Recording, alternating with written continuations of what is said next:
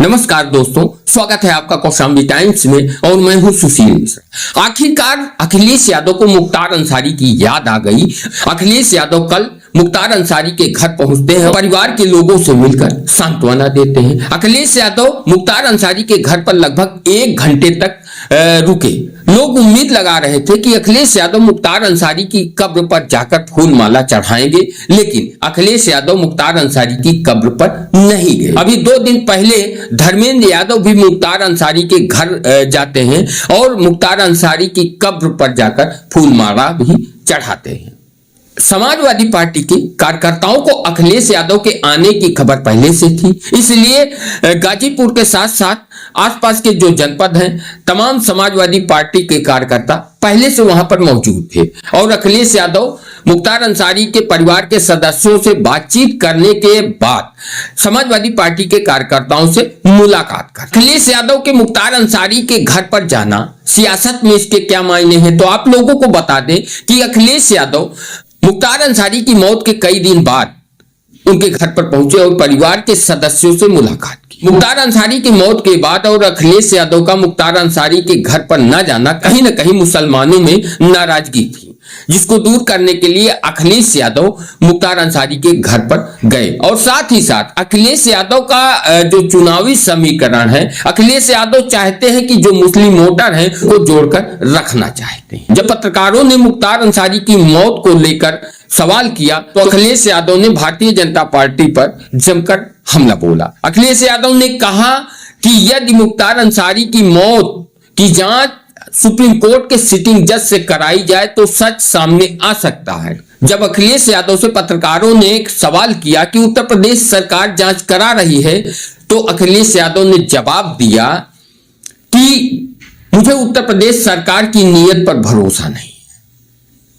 और साथ ही साथ अखिलेश यादव ने पत्रकारों से बातचीत के दौरान भाजपा पर जमकर हमला बोला। अखिलेश यादव ने कहा कि किस तरह से हमारे देश के जो इंस्टीट्यूशन हैं उनको धीरे धीरे भारतीय जनता पार्टी खत्म कर रही है। और साथ ही साथ अखिलेश यादव ने मुख्तार अंसारी को गरीबों का मसीहा बताया।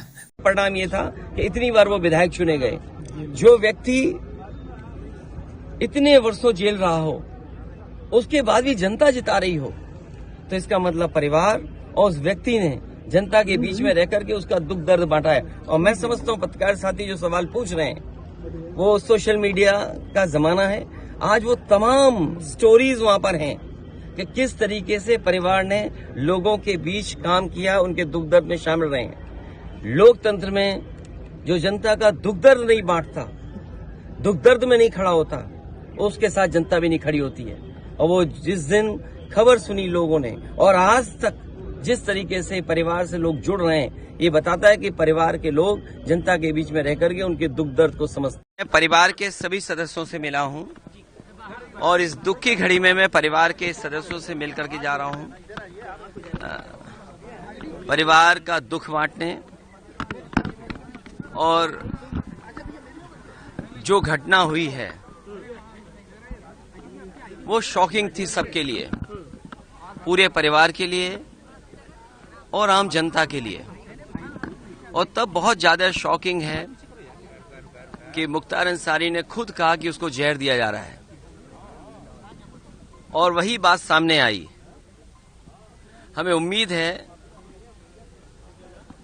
कि सरकार सच्चाई सामने लाएगी और परिवार को न्याय मिलेगा। ये जो हमारे साथ दोनों साथी खड़े हैं, मनु अंसारी, उमर, इनके परदादा क्या स्वतंत्रता आंदोलन में, स्वतंत्रता की आजादी में क्या योगदान नहीं रहा? क्या उनके दादा और नाना का बड़ा योगदान नहीं रहा? तो ये वो बातें हैं जिनको ये सरकार छुपाना चाहती है।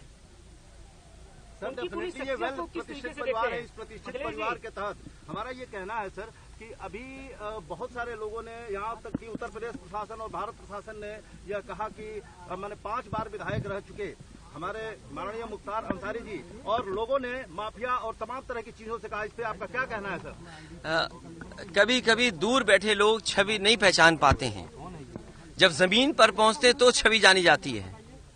जो छवि दिखाई गई है वो छवि नहीं थी।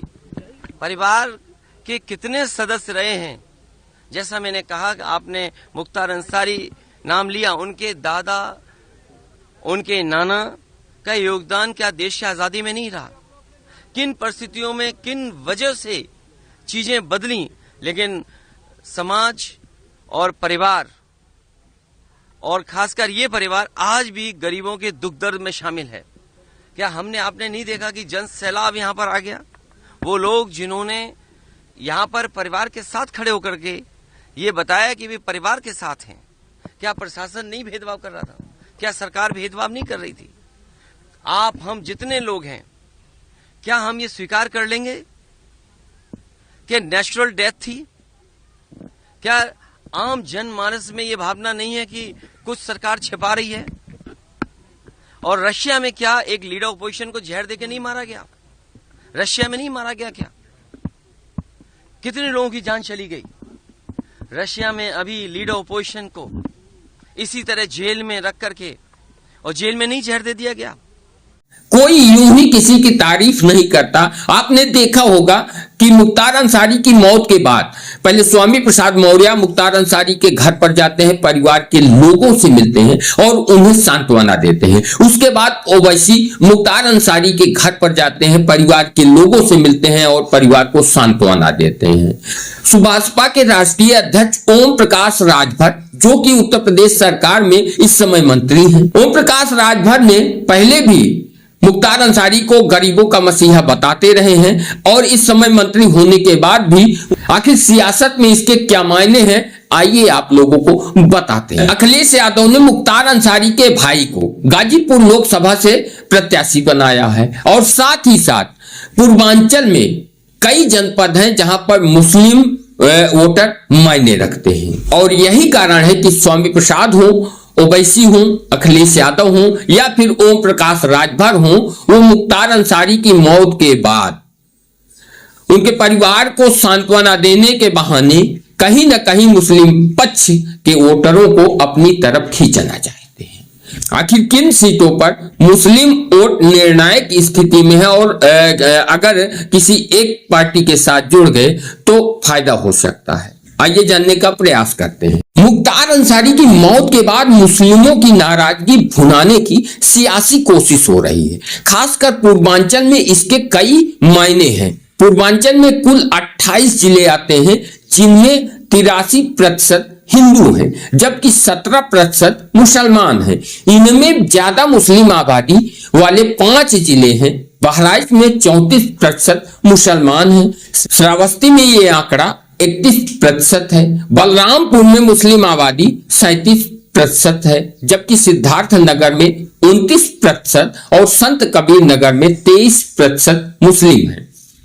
पूर्वांचल में मुख्तार अंसारी का बड़ा रसूख था। लंबे वक्त तक उसने जेल में रहकर ही चुनाव जीते और अब उसकी मौत के बाद सियासी दल मुख्तार के असर को भुनाने की कोशिश में है। पूर्वांचल में 6 जिलों की 8 लोकसभा सीटों पर मुख्तार अंसारी वोटों का बड़ा समीकरण तय करने वाला माना जाता है। इनमें गाजीपुर जिले की 2 सीट, मऊ, आजमगढ़, वाराणसी, मिर्जापुर की एक सीट, जबकि जौनपुर की 2 लोकसभा सीटें शामिल हैं। अखिलेश यादव की नजर पूर्वांचल की सीटों पर है और वो हर समीकरण साधना चाहते हैं ताकि बीजेपी को मात दी जा सके।